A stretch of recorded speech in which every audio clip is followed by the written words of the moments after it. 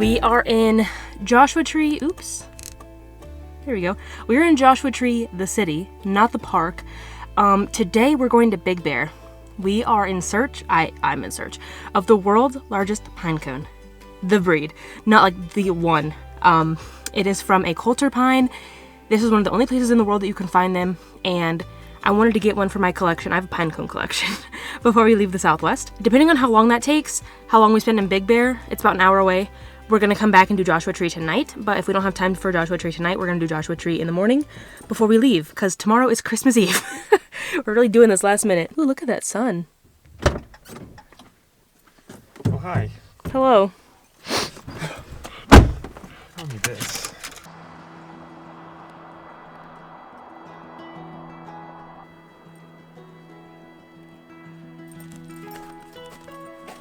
So we made it to the west side of Big Bear, and I honestly didn't think we were gonna find any because there was nothing in Big Bear. But as soon as we get out of the city, Coulter Pines galore. So now we're just trying to find a cone.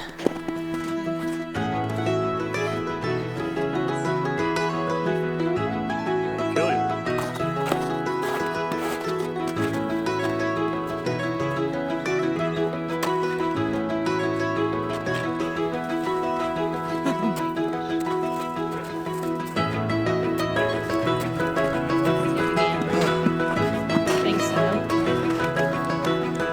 you. This. Mission accomplished. We picked up a lot of trash. It's lovely. I feel like my own philosophy, if I take something of nature's that belongs in nature, I should probably take something that doesn't belong in nature to kind of balance it out. Because I still believe in responsible foraging and also just taking care of the planet.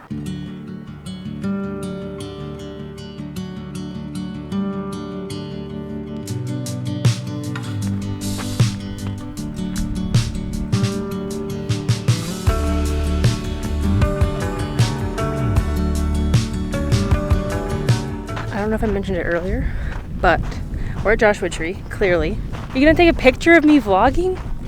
Oh no. We figured, you know, we came here for the pine cone in reality, but we're also like, this is only an hour away. Wait, no. The pine cone is only an hour away from here, so we're staying in this area.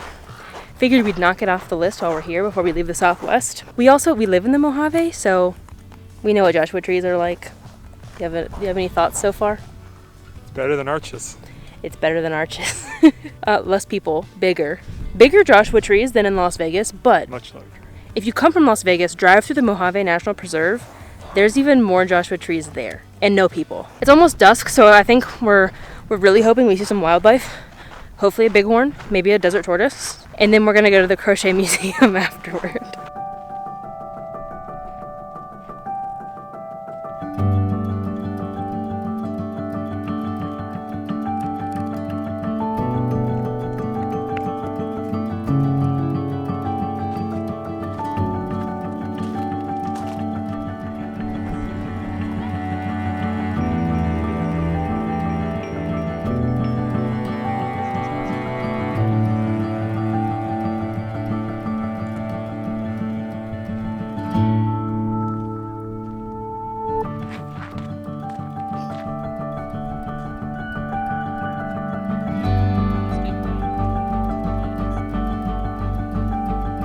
I think that's the end of Joshua Tree. It definitely exceeded our expectations. We really enjoyed it, but there's just not a whole lot to do day hike wise at this hour.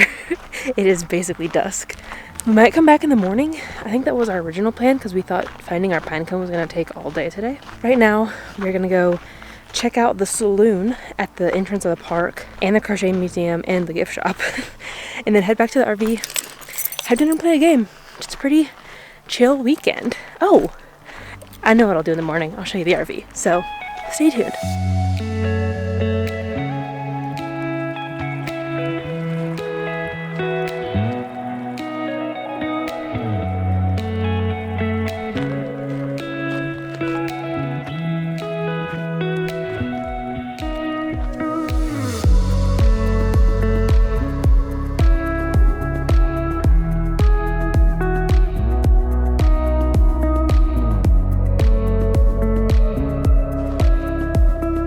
Today we're at 49 Palms Canyon Oasis. I'm not really sure exactly what it's called, but it's technically in Joshua Tree National Park, right outside of 29 Palms, the city. But this part of the park you don't have to pay to enter. And it's also like really close to the city, so it's not a really far drive. Getting to most of the hikes in Joshua Tree, it was a pretty far drive. So if you only have like a little time and you don't want to wait at the gate or anything, this is a really nice hike. And like, look, palm trees.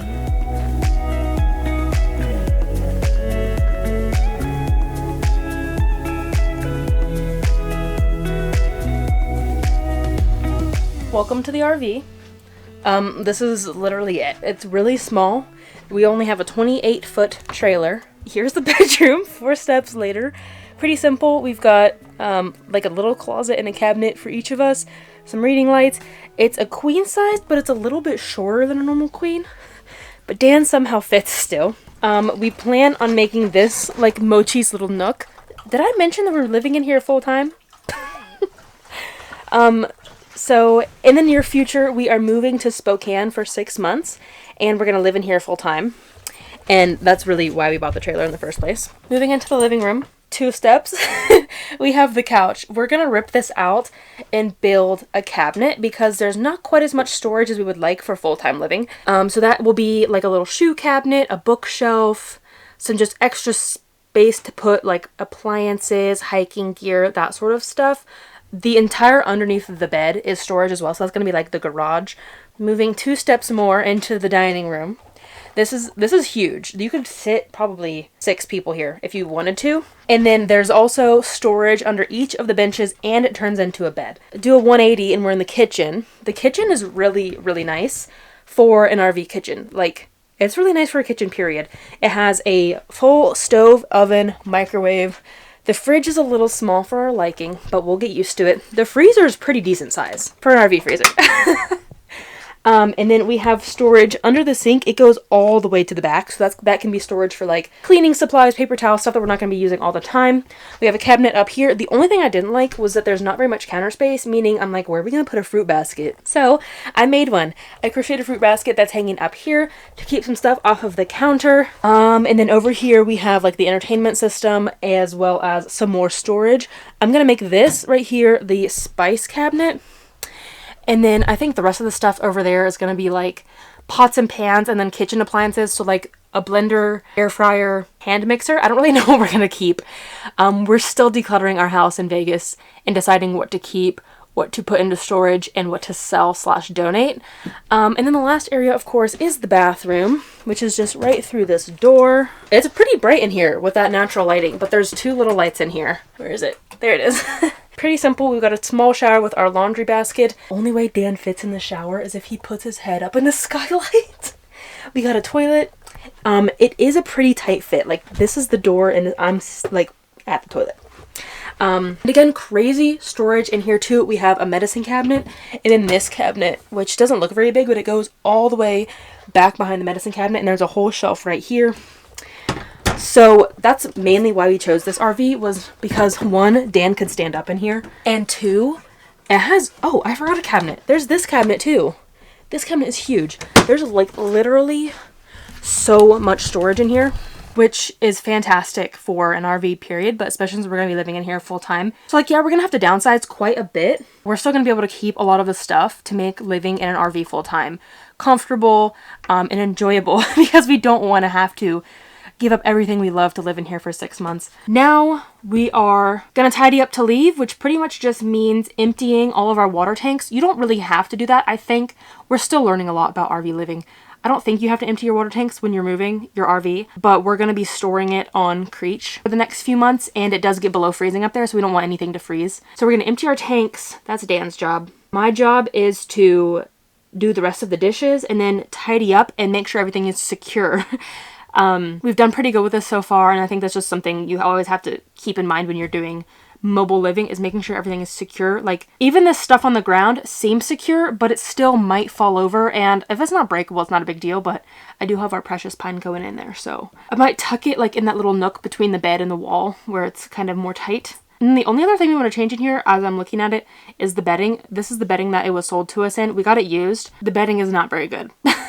We're just gonna take our nice bedding from home. We did discover a few problems during this trip, which was why we took this trip. Well, for a lot of reasons. We took it to go to Joshua Tree, find our cone, and then give the RV a test run. A few water connectors need replacing because they are made of plastic, so they're not very tight and they are leaking. So we're gonna get some new water fasteners. I'm probably describing it really wrong. Dan will correct me. We have to fix the lighter function on the stove. That's not working quite properly. I think that's it. Those are like the major things, and then rip out the couch. Oh wow, that made it really bright in here. But yeah, that's the RV tour. Oh, hi. Hope you like it. That was it. Okay, gonna tidy up. See you on the road.